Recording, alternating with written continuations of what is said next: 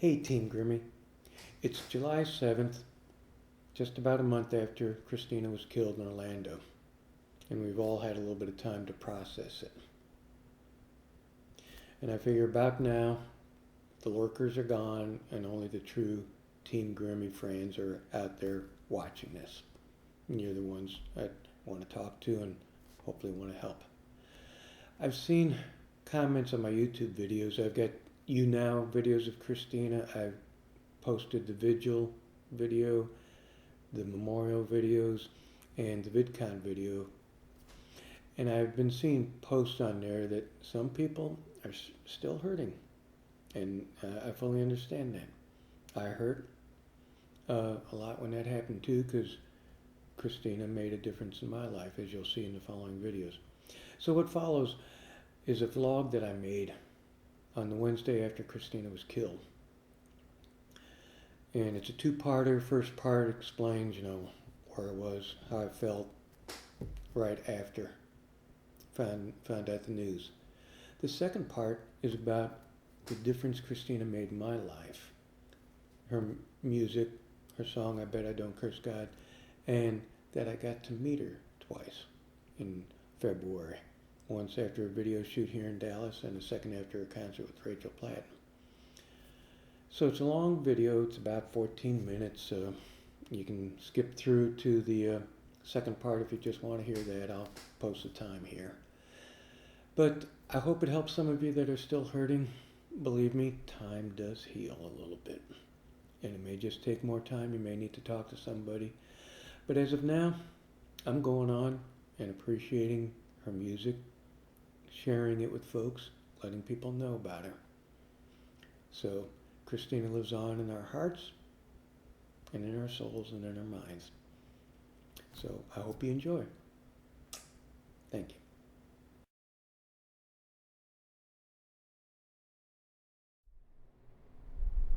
Hey Team Grimmie.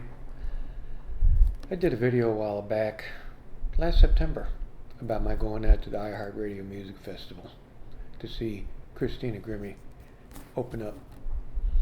And this is kind of a follow-up after the events of this past weekend. I'm not a professional vlogger, you can probably tell that. But today's Wednesday evening, and had things gone right, I would have been in San Francisco tonight, listening to Christina Grimmie and hopefully meeting her again after the concert. Well, life took its twists and turns, and Christina's no longer with us. We all know what we were doing and how we felt when we first heard it. I was working late Friday night, about 11:30 Dallas time, somewhere around there, 11:30, 12. I was getting ready to go to bed. Thought I'd check Twitter and Facebook before I go. And I saw the post that Christina had been shot. And that started me on a rampage of looking through all the posts, news media and everything, hoping and praying that it was a hoax or something like that. But it wasn't. I went downstairs and sat in a recliner, spent the whole night on my tablet looking for news. And I think it was about 3 o'clock in the morning when 2:30, 3:30, I don't know. Then we got the news that Christina had been murdered. I got maybe 2 hours of sleep that night. I was madder than hell. Madder than hell. I'm still a little mad, but I'm in a better place now. Time, as you all will find out, especially younger folks, heals a lot of that. Doesn't ever take it away fully, but it does help heal it. Well, next morning I got up and I had already planned a bicycle ride. It was a rally type thing, and I have some teammates on my triathlon team. And so I was going to ride 40 miles. I ended up riding 56. Just wore myself out. Burned a lot of that anger out of me. One of the best things I could do, and being around friends. And Saturday, like it was for everybody, was pretty rough. Sunday was only a little bit better. Monday, had work and everything, and was getting better, making it through. And Tuesday came and went, now it's Wednesday, and for the most part, I'm in a pretty good place. But like most of you, we feel a hole's been ripped in our heart, and to me, a little bit of a hole ripped in the future. Because I always look forward to something she would post or say, and I was looking forward to side B. I was looking forward to her touring again, all kinds of things, because she had a long, good future ahead of her. But that wasn't going to be. And I look back, and I've seen some of the lyrics and some of the songs she wrote. Anyhow, they were beyond her age at that time. There's more wisdom in there than somebody, a 16, 17, 18-year-old should be able to write. And I finally figured out that's because she wasn't going to be with us long enough to write that kind of stuff. So the Lord gave her those lyrics ahead of time.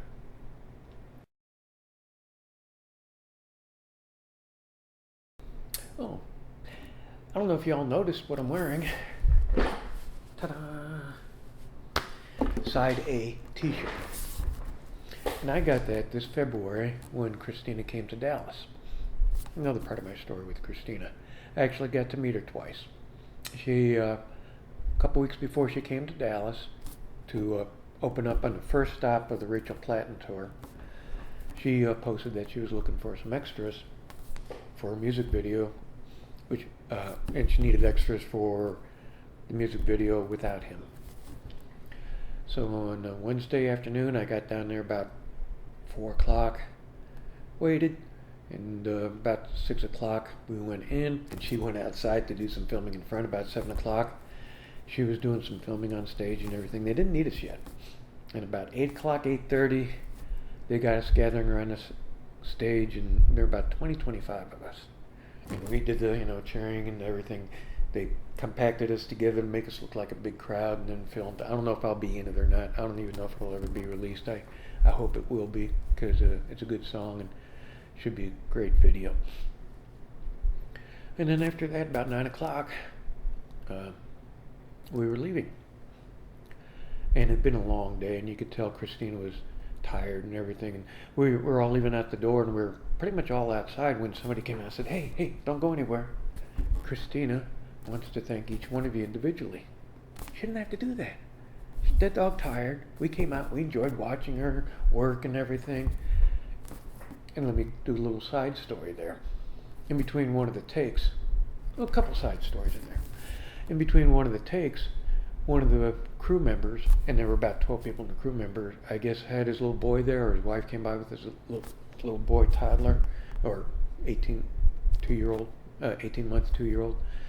And she grabbed him and she started parading him around the stage and having fun with him, and Dad finally had to come and get him, but that was kind of cute. Another little note is that some of the takes were behind the stage, and there was a director and an assistant director. And the assistant director came back from behind the stage, and the director said, "Is she ready?" And the assistant director said, "She was born ready." And they listened to the take, and I think it was, I forget which part of the song it was. It's that difficult part where she's singing all the words so quickly. And the director, he was getting into it. He was clapping, and all of a sudden he got up and started dancing around and everything else. He was loving the song and loving her performance. And then later they came out and did some mobile camera shots and everything like that. Okay, those are the side stories. Back to when Christina called us back in one by one. She asked us back in. And we got to spend a couple minutes with her. Well, I got to tell Christina my story and what she and her music meant to me. A couple years ago, 2014, is in the spring, and my wife hadn't been feeling well. She went into the doctor. Doctor heard something in the heart, and so she went in for some testing. Well, on a Friday, to quote her lyrics, we got the doctor's call with a stern voice and the test results, and he wanted to see us right away. Right away was Monday. Her song, I Bet You Don't Curse God. During that weekend, and during ensuing weeks until she had her heart valve operation, saved my sanity, my composure, and my faith. And I told her that. And she was, like that. And then we did the picture thing, take a picture, blah, blah, blah. And I'm getting ready to turn to go, and I turned back to her and go, you have made a difference. Not many people your age can say that. And she almost started crying, and there were some people around there waiting around, some of the crew members and stuff, and they all just kind of went, wow. But I'm in it. And maybe that's why, she was so good at what she did so early, because she wasn't going to have the time here. So I got to tell her that. And for that I'll be eternally grateful, and hopefully it meant something to her and bolstered her. She said she liked hearing those stories. Well, I just wanted to return a little bit of what she's given me. And then as we were leaving, I said, see you Friday. She got this look on her face. Friday? Oh, yeah, she didn't know what was going on. And then all of a sudden she realized, yeah, the concert. See you then. So Friday rolled around. We went to the concert, and she was the first act and got up real close. You may have seen the video that I had shot of Wrecking Ball and, with Adam. One with Adam's gotten a ton of hits, 12,000 plus hits or something like that. And after that, I kind of moseyed around a little bit, bought this shirt. So afterwards, she did the meet and greet thing like she was doing last Friday. And I was one of the last people in line, and got there and said, hey, I saw you Wednesday, and I just wanted to let you know, because I'd forgotten to tell her, my wife's okay, and we're hoping for another 38 years of marriage together. She goes, I wondered about that. I was going to ask you. I forgot that day. So she remembered me. And that was special, too. And we chatted a little bit, and I didn't know if I'd get to talk to her, so I had written out my story in just a small couple paragraphs and put it in a card, a thank you card for what she does. And I had also done a little Ness poster, and I did a miniature of that with Ness, and I photoshopped it with 3 fingers, and it said, Grimmie rocks. Well, I gave that to her brother and chatted with him a little bit, and she said, oh yeah, she saw that, and she wanted to, she'd love to have that, so I gave it to her. I gave it to him to give to her. And then I was one of the last ones. We wrapped up and said bye, and it's one of the best nights, best couple of nights of my life. So that's my connection with Christina. And I will continue to cherish her music and her spirit, and try to live up to her standard of faith.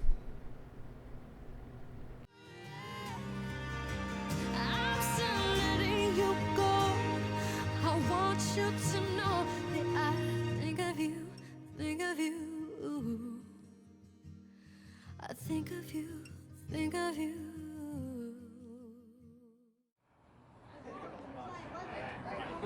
Okay, does everybody have a good time being an extra tonight? How about a little shout out to Christina there? All right.